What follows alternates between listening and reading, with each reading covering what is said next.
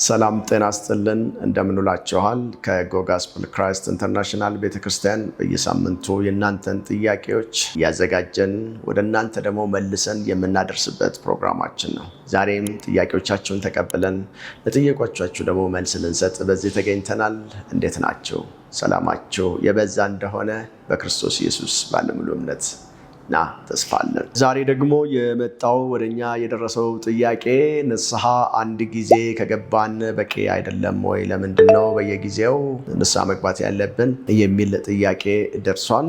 ንስሐ ስንል ምን ማለት ነው የሚለውን ሐሳብ ከመጽሐፍ ቅዱስ ጋር ደግሞ እየተመለከትን ንስሐ አንድ ጊዜ ነውስ የሚገባው 2-3 ጊዜ ወይም ደግሞ በየጊዜው ይገባል የሚለው መነሻ ነገር ግን ሊኖረው ይገባል። ስለዚህ ከመጽሐፍ ቅዱስ ሐሳቦች ተነስተን ብናብራራላችሁ መልካም ስለሚሆን ከመጽሐፍ ቅዱስ ሐሳቦች ወስደን መጀመሪያ ወደ ጥያቄው እንዴት ይወስደናል ወደም ነው ይሄን ጥያቄ እንዴት ይመልስላል የሚለውን ምሳሌ ምዕራፍ 20 ቁጥር 9 ላይ የሚገኘውን ጥቅስ እንወስድና ከዛ ደግሞ ሌሎች ሐሳቦችን እየተመለከትን ከእናንተ ጋር ቆይታ እናደርጋለን። ለመሆኑ ልቤ በንጽህና ጠብቄአለሁ፣ ንጹሕ ነኝ፣ ኃጢአትም የለብኝም የሚል ማን ነው?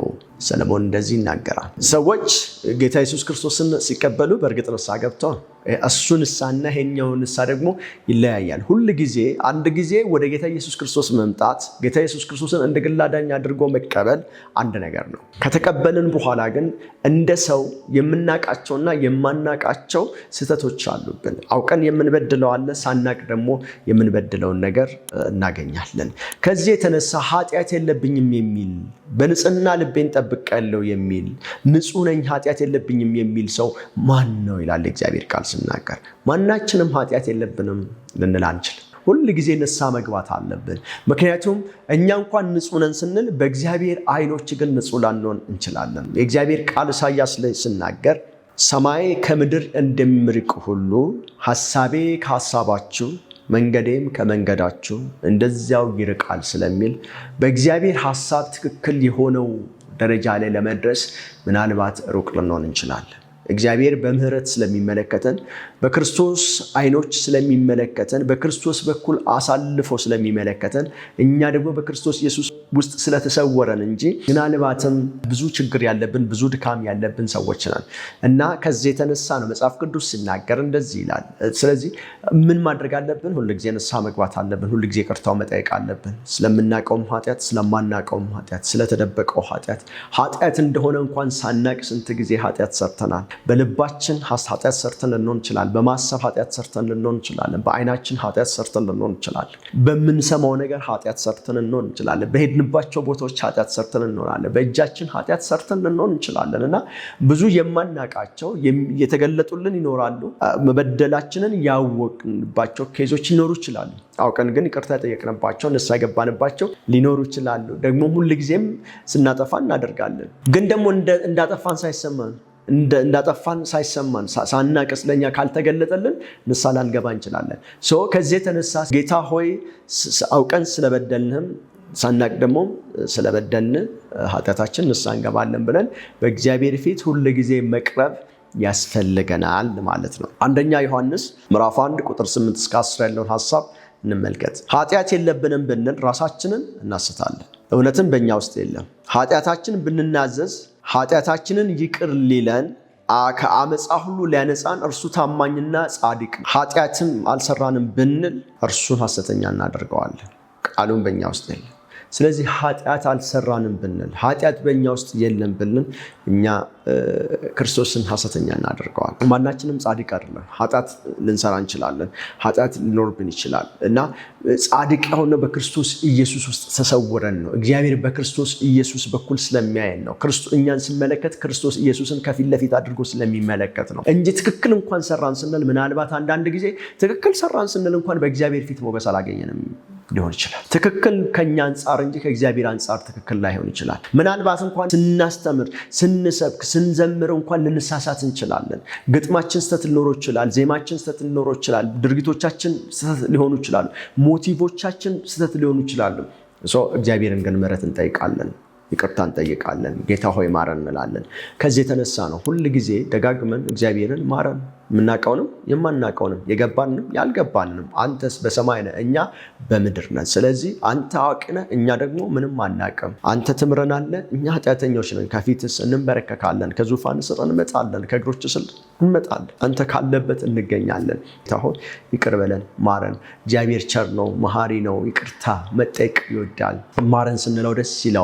ወደ አባታችን ስንመጣ ደስ ይለዋል። ከዚህ የተነሳ ሁልጊዜ ወደ እግዚአብሔር እየቀረብን ምሕረቱን ቸርነቱን ምሳና እራታችን ቁርሳችን እንድናደርግ መጽሐፍ ቅዱስ ይነግረናል። ሐዋርያት ሥራ ምዕራፍ 3 ቁጥር 19 ላይ እንግዲህ ኃጢአታችሁ እንዲደመሰስ ንስሐ ግቡ፣ ከመንገዳችሁም ተመለሱ፣ ከጌታም ዘንድ የመታደስ ዘመን ይመጣላችኋል። ከእግዚአብሔር ዘንድ ከጌታ ዘንድ የመታደስ ዘመን እንዲመጣልን፣ አዲስ ዘመን እንዲመጣልን፣ ነገሮች አዲስ የሚሆንበት ዘመን፣ ሐሳባችን አዲስ የሚሆንበት ዘመን፣ አሮጌ ነገራችን አዲስ የሚሆንበት ዘመን እንዲመጣልን ከፈለግን ወደ እግዚአብሔር ቀርበን ንስሐ መግባት አለብን። ንስሐ ስንገባ ነገሮቻችን ሁል ጊዜ አዲስ ይሆናሉ። ንስሐ ማለት መታደስ ማለት ነው። ንስሐ ማለት በኃጢአታችን ምክንያት በበደላችን ምክንያት የተበላሸብን ነገር ሁሉ ልክ ንስሐ ስንገባ እንደ አዲስ ይሆናል ማለት ነው። አዲስ ይሆናል። የተበላሸብን መንገድ፣ የተበላሸብን ነገር፣ ያረጀብን ነገር፣ ያፈጀብን ነገር፣ ተስፋ የቆረጥንባቸው ነገሮች ንስሐ ስንገባ በእግዚአብሔር ፊት አዲስ ይሆናሉ ማለት ነው። ስለዚህ የንስሐ ልምምድ ክርስቲያንን በጣም አድርጎ ወደ እግዚአብሔር ልብ ወደ ደረቱ የሚያስጠጋ ነገር ነው ማለት ነው። እግዚአብሔር እጅግ ከሚወዳቸው ነገሮች አንዱ ንስሐ ነው። በቃ የንስሐ ልብ ያለው ሰው በእግዚአብሔር ዘንድ እጅግ የተወደደ ነው። ወንድማችን ዳዊትን እናስታውሰዋለን። በመጽሐፍ ቅዱስ ውስጥ መዝሙረኛው ዳዊት በቃ የንስሐ ሕይወቱ በጣም የሚገርም ነበረ እና በቃ ሁል ጊዜ ወደ እግዚአብሔር እየቀረበ ንስሐ ይጠይቅ ነበር። ከዚህ የተነሳ እግዚአብሔርም ደግሞ ዳዊትን እንደዚህ ብሎታል፣ እንደ ልቤ። በዚህ ስም የተጠራ ሌላ ሰው የለም። እንደ ልቤ ዳዊት እንደ ልቤ ነው አለ። ብዙ ሰዎች አሉ ባይብል ውስጥ ጃንት የሆኑ ሰዎች አሉ። በጣም የሚያስደንቁ ድንቅና ታምራት ያደረጉ አሉ። በቃ በእግዚአብሔር ፊት ብዙ ሞገስ ያገኙ ሰዎች አሉ። ከነኛ መካከል ግን እንደ ዳዊት ግን እንደ ልቤ የተባለ ሰው የለም። ብቻውን እንደ ልቤ ተብሏል። የእግዚአብሔርን ልብ አገኝቶታል። በንስሐ ቶሎ ቶሎ ወደ እግዚአብሔር ፊት በመቅረብ ማረኝ በማለት በድያለሁ ማለት የማውቀውንም የማላውቀውንም ይቅር በለኝ በማለት ወደ እግዚአብሔር ፊት ደጋግሞ ከመቅረቡ የተነሳ እንደ ልቤ በመባል ተወድሷል።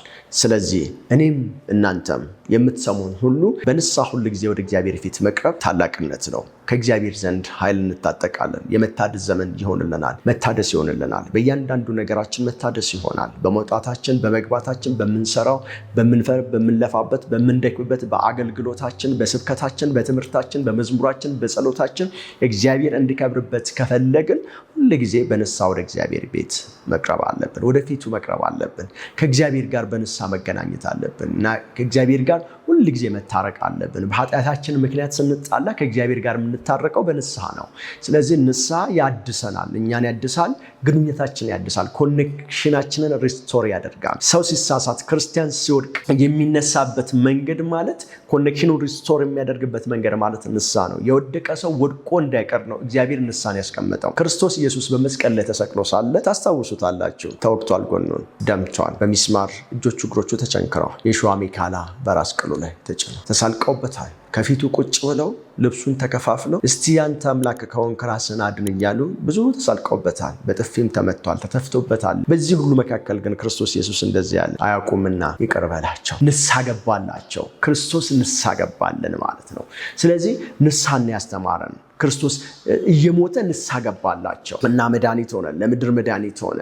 ንስሐን ሁል ጊዜ ልምምዳችን ልናደርገው የሚገባ ነገር ነው። አሳ ውሃ ውስጥ የምትኖረው ውሃ ውስጥ ካለ ድረስ ነው። ስለዚህ ክርስቲያን ኃጢአት ሲሰራ ከእግዚአብሔር ርቆ ቢወድቅ የሚመለሰው ተመልሶ ወደ ውሃ የሚመለስበት መንገድ ንስሐ ነው። ያ ማለት ምንድን ነው? ወደ ውጭ የወጣችው አሳ ሕይወት ልትዘራ የምትችልበት መንገድ አሳዋ ተመልሳ ወደ ውሃ ውስጥ ስትገባ ነው። ስለዚህ አንድ ክርስቲያንም ደግሞ ቢወድቅ ወደ እግዚአብሔር ተመልሶ እንደ አዲስ ልጅ የሚሆንበት ታጥቦ የሚነጣበት ነጭ ልብስ የሚለብስበት መንገድ ማለት እርሱ ንስሐ ይባላል። ንስሐን ቅልል አድርገን ልናየው አይገባም። ሁል ጊዜ በቀን ውስጥ ንስሐ መግባት እንዳለብን መጽሐፍ ቅዱስ ይነግረናል። ምክንያቱም ሁል ጊዜ መግባት ያለብን ምክንያት በማወቅም ባለማወቅም እናጠፋቸው ኃጢአቶች ስላሉ፣ በደሎች ስላሉ እግዚአብሔርን ባለማወቅ ልናሳዝነው ስለምንችል ስለማናውቀው ኮንሽስ ስላልሆንበት ኃጢአት ሁሉ በእግዚአብሔር ፊት ቀርበን ንስሐ ልንገባ ይገባናል ማለት ነው። መዝሙር 32 ቁጥር 5 ላይ ዳዊት ሲናገር ኃጢአቴን ላንተ አስታወቀው፣ በደሌን አልሸሸኩም፣ ደግሞ መተላለፌን ለእግዚአብሔር እናዘዛለሁ አሉ። አንተም የኃጢአቴን በደል ይቅር አለ። ስንናዘዝ፣ ለእግዚአብሔር ስንነግረው፣ ኃጢአታችንን ለእግዚአብሔር ስንናዘዝ፣ በንስሐ በእግዚአብሔር ፊት ስንቀርብ እግዚአብሔር ሁልጊዜም ኃጢአታችንን በደላችንን ይቅር ይላል። ስለዚህ ንስሐ ማርከሻ ነው። ንስሐ ተመልሶ ወደ ነበርንበት ከፍታ የምንመለስበት መንገድ ነው። ይሄንን መንገድ ሉዝ ማድረግ የለብን፣ ማጣት የለብንም። ይሄ መንገድ ማጣት የሌለብን መንገድ ነው። ስለዚህ ወደ ከፍታችን መመለስ አለብን። ሁልጊዜ በንስሐ መመለስ አለብን። ወደ እግዚአብሔር እቅፍ፣ ወደ እግዚአብሔር እጆች፣ ወደ እግዚአብሔር ደረት ተመልሰን የምንመጣበት፣ ስንወድቅ የምንነሳበት መሳሪያ ማለት ንስሐ ነው። ንስሐን አንደርማይን አታርጉ ወገኖች፣ ወንድሞች፣ እህቶች የምትሰሙኝ ሁሉ ንስሐ ሁልጊዜ የሚያስፈልገን ነገር ነው። ስለዚህ ወደ እግዚአብሔር ልጅነት ወደ ክብራችሁ እንድትመለሱ የሚያደርጋችሁ ስትወድቁ የሚያነሳችሁ መንገድ ነውና ንስሐን ሁልጊዜ ደጋግማችሁ አፕላይ እንድታደርጉት ደፋፍራችኋለሁ። ኢዮብ ምዕራፍ 1 ቁጥር 5 ላይ አንድ በጣም የሚገርመኝና የሚያስደንቀኝ ታሪክ አለ። ላንብባት ራሷን። ኢዮብ ምዕራፍ 1 ቁጥር 5 እንደዚህ ይላል። የግብዣው ጊዜ ካለፈ በኋላ ኢዮብ ልኮ ያስመጣቸውና ምናልባት ልጆቼ ኃጢአት ሰርተው እግዚአብሔርንም በልባቸው ረግሞ ይሆናል በማለት ጠዋት በማለዳ ስለ እያንዳንዳቸው የሚቃጠል መስዋዕት በማቅረብ ያነጻቸው ነበር። ኢዮብ ይህንን ዘወትር ያደርግ ነበር። ይገርማል። የኢዮብ ወንድ ልጆች ግብዣ እያደረጉ ሴት ልጆቹን ይጠሩና አብሮ ይበላሉ፣ ይጠጡ ነበረ። ከዛ በኋላ ግን ግብዣው ካለፈ በኋላ ሁል ጊዜ ምናልባት በመጠጥ ተነሳስተው፣ በምግብ ተነሳስተው፣ በጥጋብ ተነሳስተው፣ በሆነ ነገር ተነሳስተው እንደው እግዚአብሔርን በድለውት ቢሆን ሳያውቁ ባለማወቅ ውስጥ እግዚአብሔርን በድለውት ሊሆን ይችላል እያለ የሚቃጠል የበደል መስዋዕት፣ የኃጢአት መስዋዕትን ግን ያቀርብ ነበር። እያንዳንዱ ቀን ማለዳ ይላል እና ዘወትር ሁሉ ጊዜ ያቀርብ ነበረ። ስለ ልጆቹ በዚህ ደረጃ ኢዮብ ንስሐ ይገባላቸው እንደነበረ መጽሐፍ ቅዱስ ይናገራል። ስለዚህ ሳናቅ የምንገባቸው ኃጢአቶች አሉ። የበደልን ሳይመስለን በተደሰትን ሰዓት፣ ደስ ባለን ሰዓት፣ በሞላልን ሰዓት፣ በጠገብን ሰዓት፣ ጥሩ በለበስን ሰዓት፣ ጥሩ ቤት በሰራን ሰዓት፣ ጥሩ መኪና በገዛን ሰዓት፣ ጥሩ ኑሮ ስንጀምር፣ ጥሩ ትምህርት ደረጃ ላይ ስንሆን፣ ጥሩ ወንበር ስናገኝ፣ ጥሩ መስሪያ ቤት ስንቀጠር ሳናቅ የምንበድላቸው በደሎች አሉ። ስለዚህ አውቀን ሳይሆን ሳናቅ እንኳን ስለምንበድላቸው በደሎች ሁል ጊዜ ወደ እግዚአብሔር ፊት በንስሐ መቅረብ አለብን። ብዙ ጊዜ ክርስትና ስለምናቃቸው ነገሮች ብቻ ንስሐ መግባት ይመስላል። ስለማናቃቸው ኃጢአቶች የምናቃቸውን ማውቀናልና ወዲያው እንቀርባለን። የማናቀውን በደል የማናቀውን ኃጢአት ግን እንዴት ነው አቮይድ ማድረግ የምንችለው? ስለዚህ ወደ እግዚአብሔር ፊት ሁል ጊዜ በንስሐ መቅረብ እንዳለብን መጽሐፍ ቅዱስ በደንብ አድርጎ ይነግረናል። እስቲ አንድ የመጨረሻ ጥቅስ ልንገራችሁ። ሉቃስ ምዕራፍ 11 ከቁጥር 2 እስከ 4 ባለው ክፍል ላይ ክርስቶስ ኢየሱስ ደቀ መዛሙርቱን ጸሎት ካስተማራቸው በኋላ የአባታችን ሆይ ጸሎትን እዚህ ቦታ ላይ እንመለከታለን። ይህንን ጸሎት አስተማራቸው። በዚህ ጸሎት ላይ ግን ኢየሱስ ክርስቶስ ምንድን ነበር ይላቸው የነበረው? አባታችን ሆይ ስምህ ይቀደስ፣ መንግስት ትምጣ፣ የዕለት እንጀራችንን በየዕለቱ ስጠን። አሁን ከዚህ በኋላ በደንብ ስሙን። በደላችንን ይቅር በለን እኛም የበደሉንን ሁሉ ይቅር ብለናልና። በደላችንን ይቅር በለን እኛም የበደሉንን ሁሉ ይቅር ብለናልና። በደላችን ይቅር በለን ማለት ንስሐ ነው። ንስሐ ነው። ስለዚህ ይህንን ጸሎት ስንቴ ነው የምናደርገው? ሁልጊዜ ልናደርገው፣ ሁልጊዜ ልንጸልይ፣ ዘወትር ጸልዩ ነው የሚለው፣ ሳታቋርጡ ጸልዩ ነው የሚለው። ስለዚህ ሳናቋርጥ መጸለይ ካለብን ሳናቋርጥ ደግሞ ንስሐ መግባት አለብን ማለት ነው። ሳናቋርጥ ሁልጊዜ ንስሐ ልንገባ ይገባናል። ምን እያልን ያለው ይሄ ጸሎት? ሳታቋርጡ ጸልዩ ማለት ሳታቋርጡ ንስሐ ግቡ። እኛ አንተን በደላችን ይቅር በለን እኛም የበደሉንን ይቅር ብለናልና። በእርግጥ የበደሉንን ይቅር እንላቸዋለን ወይ? ሌላ ጥያቄ ነው።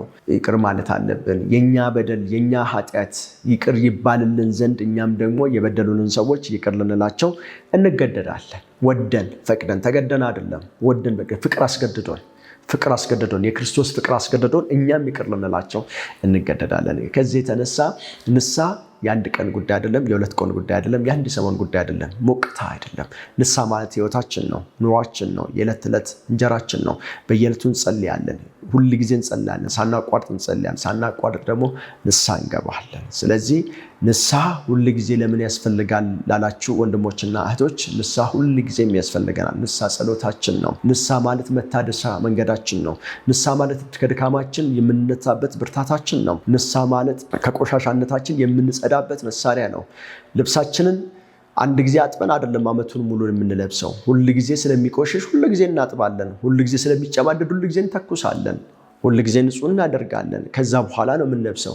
ገላችንን በየቀኑ እንታጠባለን። ሁሉ ጊዜ እንታጠባለን። ሁሉ ጊዜ ግን ይቆሽሻል። ስለዚህ መቆሸሹን ሳናቅ እንኳን ይቆሽሻል። ምን አድርጌ ነው ቆሸሽ ነው እስክንል ድረስ ቆሸን ራሳችን ልናገኝ ይችላል። በየቀኑ እየታጠብኩኝ እንዴት ቆሽሻለሁ የምን ሰዎች ብዙ እንደሆንን ልብ እንላለን። አንዳንድ ጊዜ ነጭ ልብስ የሚለብሱ ሰዎች እንዴት አሁን ታጥቤ አሁን ለብሼ አሁን ሳወልቀው ቆሽሻለሁ ይላሉ። ልክ እንደሱ ማለት ነው። ቆሻሻንን መጽዳት አለብን ሁሉ ጊዜ። በምን? በንስሐ ገላችንን በየቀኑ በቀን 2 3 የምንታጠብ ሰዎች እንዳለን ሁሉ። ስለዚህ ንስሐም ደግሞ ፍሪኩዌንትሊ ያስፈልገናል። አንድ ጊዜ በልተን አይደለም የምንኖረው። በየቀኑ እንበላለን። ቁርስ እንበላለን፣ ምሳ እንበላለን፣ ራት እንበላለን፣ መክሰስን በመሃል እንበላለን፣ ሌላም ነገር ካገኘን በመሃል እንበላለን። ልክ እንደሱ ደግሞ ምን ያስፈልገናል ካላችሁ ንስሐ ያስፈልገናል። በየመሃሉ እየሰራን እያለን በየመሃሉ እየዘመርን እያለን በየመሃሉ እየሰበከን እያለን በቃ ያስፈልገናል ንስሐ። በየትኛውም ኮንቴክስት በምኖርበት ህይወት ውስጥ ያስፈልገናል። ቤታችን ስንመጣ፣ ስንሄድ፣ ስራ ስንሰራ፣ ስንመጣ፣ ስንተኛ፣ ስንነሳ ንስሐ ያስፈልገናል። ሳናቋርጥ ንስሐ መግባት አለብን። ልክ አሁን እንደነገርኳችሁ እንደ ምሳ ቁርስ ራት፣ ልክ አሁን እንደነገርኳችሁ ልብሳችን እንደምናጥብና እንደምንተኩስ፣ ልክ አሁን እንደነገርኳችሁ ሁል ጊዜ ገላችንን እንደምንታጠብ በሳሙና እንደምንታጠብ ቆሻሻው እንዲለቅ። ስለዚህ ስንጸልይ ንስሐ እየገባን መጸለይ ያለብን ማለት ነው። ንስሐው ምንድነው? ሳሙና ነው ማለት ያስለቅቃል። ስለዚህ ወደ እግዚአብሔር ክብር እንድንመለስ ያደርገናል። ወደ ከፍታችን ወደ ነበርንበት ክብር እንድንመለስ ያደርገናል። በምናቀውም በማናቀውም ኃጢአት ልንጨቀይና ልንቆሽሽ እንችላለን። ሳናቅም ስናቅም ልንበድልና እግዚአብሔርን ልናሳዝን እንችላለን። ስለዚህ መመለሻ መንገዳችን ምንድን ነው ካላችሁ ንስሐ ነው። ንስሐ ሁልጊዜ የሚያስፈልገን እግዚአብሔር እኔና እናንተን ስለሚወደን ብቻ ሊያጣን ስለማይፈልግ ብቻ የሰጠን አንድ ትልቅ መሳሪያ ነው። ልናጣው አይገባል፣ ልናሳንሰው አይገባል። አመሰግናለሁ። ጥያቄያችሁ በዚህ ማብራሪያ እንደተመለሰላችሁ ተስፋ አደርጋለሁ። የቴሌግራም ቻናላችንን፣ የቲክቶክ ቻናላችንን እና እንዲሁም ደግሞ የዩቲዩብ ቻናሎቻችንን ፎሎ በማድረግ ሰብስክራይብ በማድረግ ቤተሰብ እንድትሆኑ እናሳስባቸዋለን። እንወዳቸዋለን። መልካም ጊዜ